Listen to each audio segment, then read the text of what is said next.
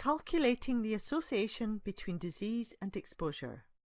By the end of this presentation, you should understand which measure is used to estimate the association between disease and exposure in a case control study. Know how to calculate this measure. Let's calculate the association between age-related macular degeneration, AMD, and smoking. This is a case control study, and so the association between disease and exposure is given by the odds ratio. When calculating odds ratios, it's helpful to draw a 2x2 table. Why do we call it the odds ratio? Odds is another way of saying chance. And in the UK, the word odds is associated with the gambling and horse racing environment. This use might not be the same in other cultures. For example, there's a famous race called the Grand National, and we might say horse A has an odds of 5-1. That means horse A is 5 times more likely to win than another horse. Let's look at an example of a study with 100 cases and 100 controls.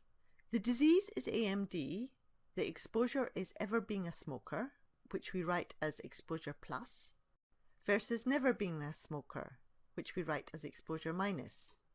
There are 80 cases who have been smokers and 20 cases who have not been smokers. There are 40 controls who have been smokers and 60 controls who have not been smokers.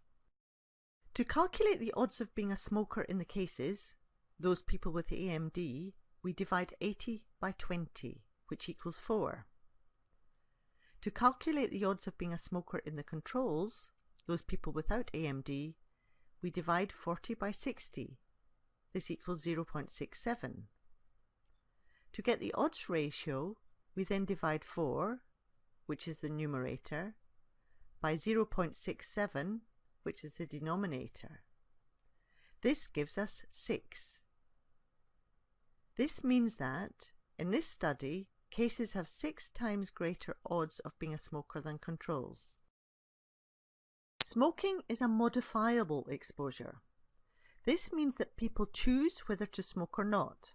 Some exposures, such as age or a genetic factor, cannot be modified.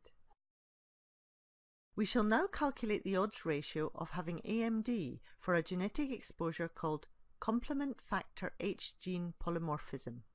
This is a study of 120 cases and 240 controls. There are 90 cases who have this genetic risk factor and 30 cases who do not. There are 90 controls who have the genetic risk factor and 150 controls who do not. To get the odds of having the polymorphism in the cases, we divide 90 by 30, which equals 3. To get the odds of having the polymorphism in the controls, we divide 90 by 150, which equals 0.6.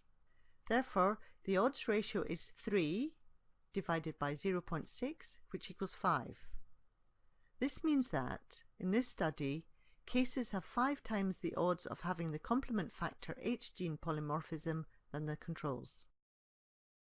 In summary, the odds ratio is the measure of association between exposure and the disease or outcome being studied in a case control study.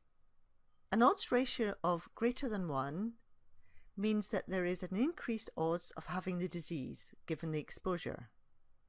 An odds ratio of less than 1 means that there is a decreased odds of having the disease given the exposure. An odds ratio of 1 means that there is no association between the exposure and the disease. Of course, it's important to remember that the accuracy of the odds ratios depends on how well the study was conducted.